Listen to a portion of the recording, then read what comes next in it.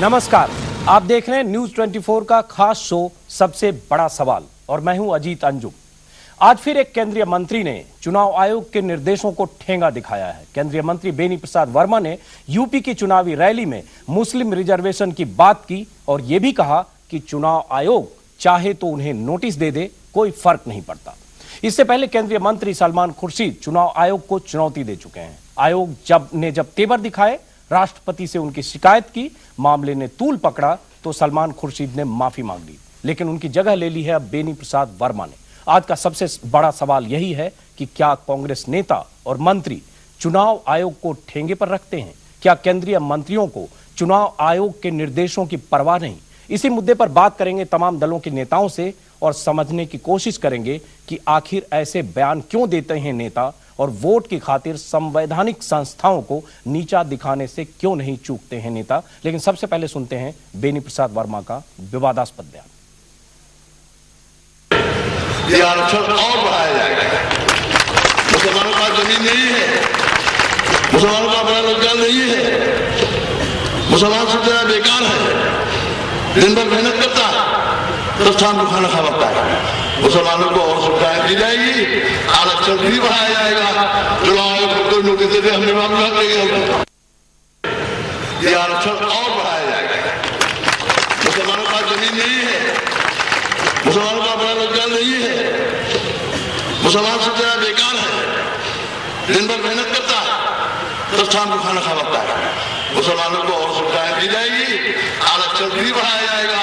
चुनाव आयोग को नोटिस देते हमने मामला किया, आरक्षण बढ़ाया जाएगा, चुनाव आयोग चाहे तो नोटिस दे दे, हम देख लेंगे, ये कहा केंद्रीय मंत्री बेनी प्रसाद वर्मा ने। सवाल ये उठता है, क्या कांग्रेस के मंत्री जानबूझकर बार बार चुनावी रैलियों में मुस्लिम रिजर्वेशन का मुद्दा उठाते हैं? सलमान खुर्शीद के बयान पर कांग्रेस नेतृत्व ने नाराजगी दिखाई, कानून मंत्री ने अपने बयान को वापस लिया, माफी मांगी, फिर बेनी प्रसाद वर्मा ने ऐसा बयान क्यों दिया, ये हम समझने की कोशिश करेंगे। लेकिन एक बार फिर से पहले देखिए सलमान खुर्शीद ने पहले क्या बयान दिया, फिर कैसे माफी मांगी और बेनी प्रसाद वर्मा ने आज फिर कहा। उसके बाद हम बात करेंगे स्टूडियो के तमाम मेहमानों से।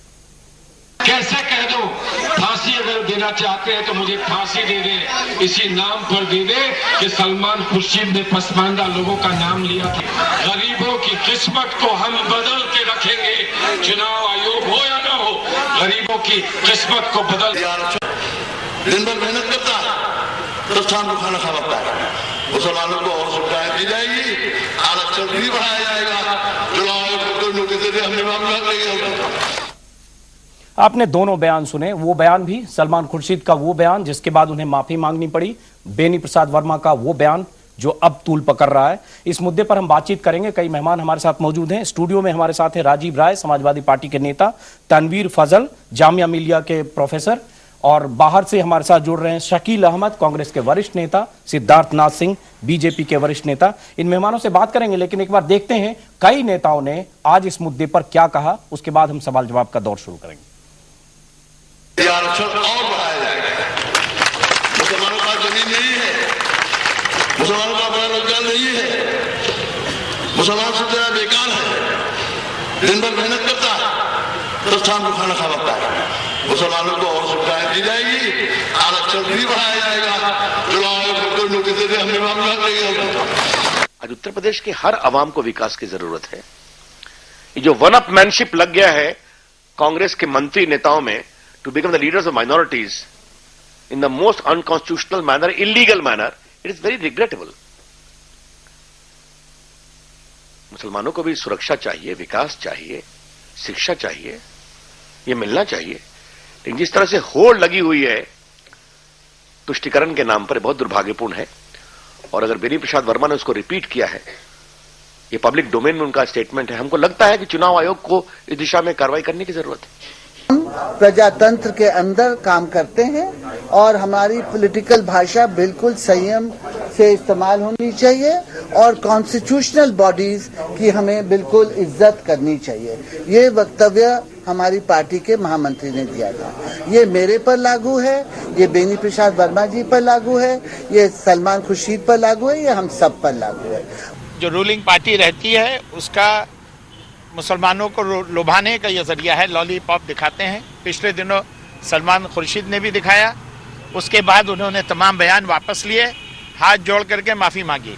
अब बेनी वर्मा भी ये लाइन ले रहे हैं, लेकिन वहाँ की जो अल्पसंख्यक हैं यूपी के इतने बेवकूफ़ नहीं है, वो निर्णय उन्होंने ले लिया है कि इस बार वो क्या करने जा रहे हैं। बेनी प्रसाद वर्मा की जबान शुरू से फिसलती रही है, लेकिन इस बार उनकी जबान फिसली नहीं है, बल्कि वो सोची समझी रणनीति के तहत एक तरफ कांग्रेस के मंत्री चुनाव आयोग से फटकार पा रहे हैं और दूसरी तरफ दूसरे मंत्री जानबूझकर इस इशू को खड़ा कर रहे हैं। बेनी प्रसाद वर्मा कांग्रेस नेतृत्व के कहने पर संवैधानिक संस्था का मजाक उड़ा रहे हैं।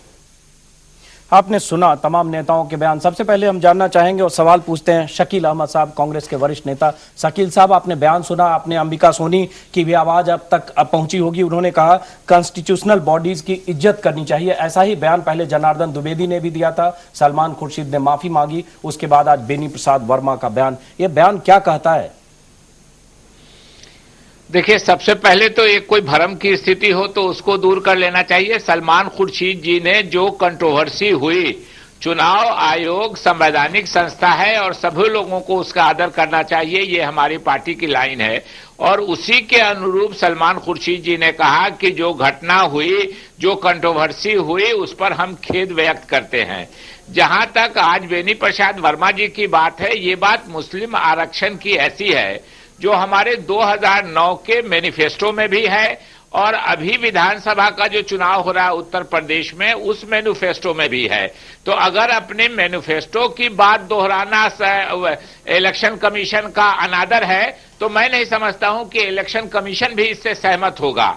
लेकिन ये बात सही है कि इलेक्शन कमीशन एक संवैधानिक संस्था है और कोई बात किसी भी दल को, चाहे वो कांग्रेस हो या कोई दल हो, कोई पार्टी का कोई नेता हो, वो संवैधानिक संस्थाओं को, उनको मर्यादा हनन करने का कोई अधिकार नहीं है। मगर मैं आश्चर्यचकित हूं बीजेपी के नेता के बयान से कि जिनके नेता कहते थे कि जेम्स माइकल लिंडो यानी वो क्रिश्चियन जाति के हैं, उनका नाम बता करके भाजपा के नेता भाषण दे रहे थे, उनको अपमानित कर रहे थे और आज व्याख्यान दे रहे हैं, आज मर्यादा का पाठ पढ़ा रहे हैं दूसरे दलों को, नेताओं को। तो कम से कम भाजपा के नेताओं को तो इससे बचना चाहिए। शकील साहब, उस पर हम भाजपा के नेता से बात करेंगे, लेकिन एक सवाल यह भी उठता है शकील साहब कि जब सलमान खुर्शीद ने पहली बार 9% आरक्षण की बात की और उसके बाद उन्हें एक तरह से कहा गया कि ये कोड ऑफ कंडक्ट का एक तरह से उल्लंघन है, उसके बाद दोबारा उन्होंने कहा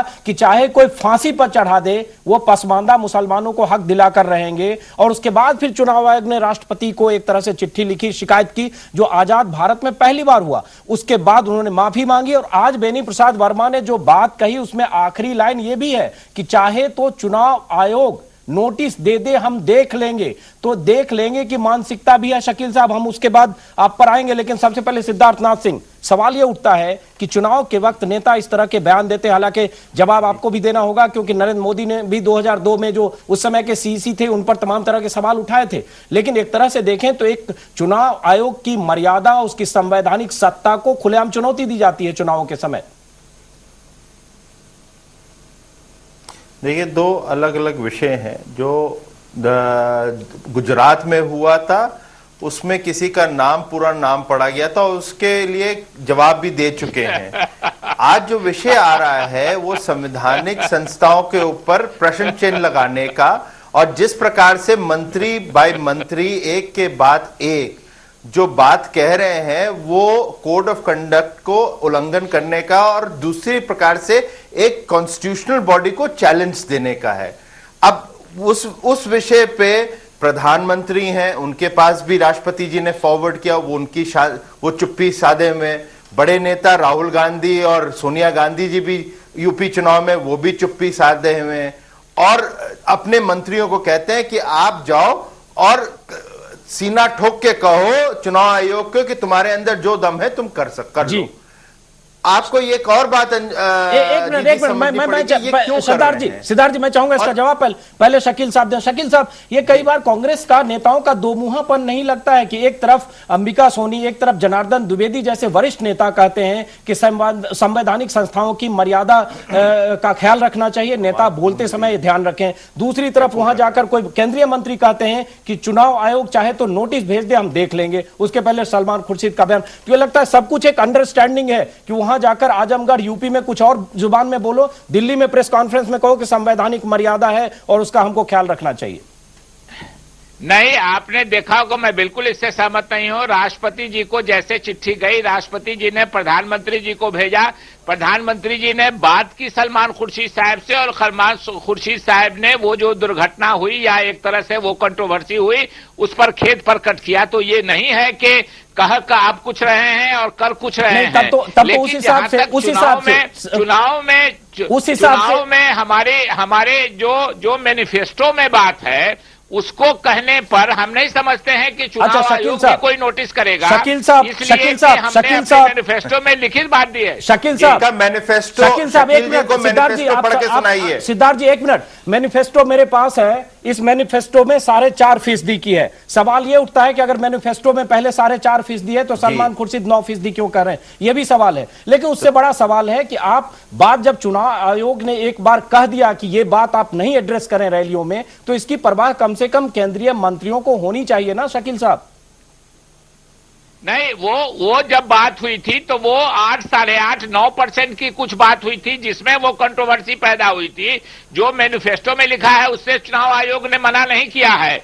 और सिद्धार्थ जी बोल रहे थे, पूरा नाम बताया गया था, जैसे उस समय देश की जनता को लिंडो साहब का पूरा नाम नहीं बताया गया था, वो पूरा नाम लेके उनका धर्म बताने का प्रयास कर रहे थे और ये बना रहे थे कि वो बीजेपी के साथ भेदभाव कर रहे हैं। और आज यहाँ बैठ के प्रवचन दे रहे हैं ये लोग के मर्यादा का ख्याल रखना चाहिए। मैं प्रवचन नहीं दे रहा हूँ शकील जी, दो गलत एक सही नहीं होता। इसलिए ये बात करने से पहले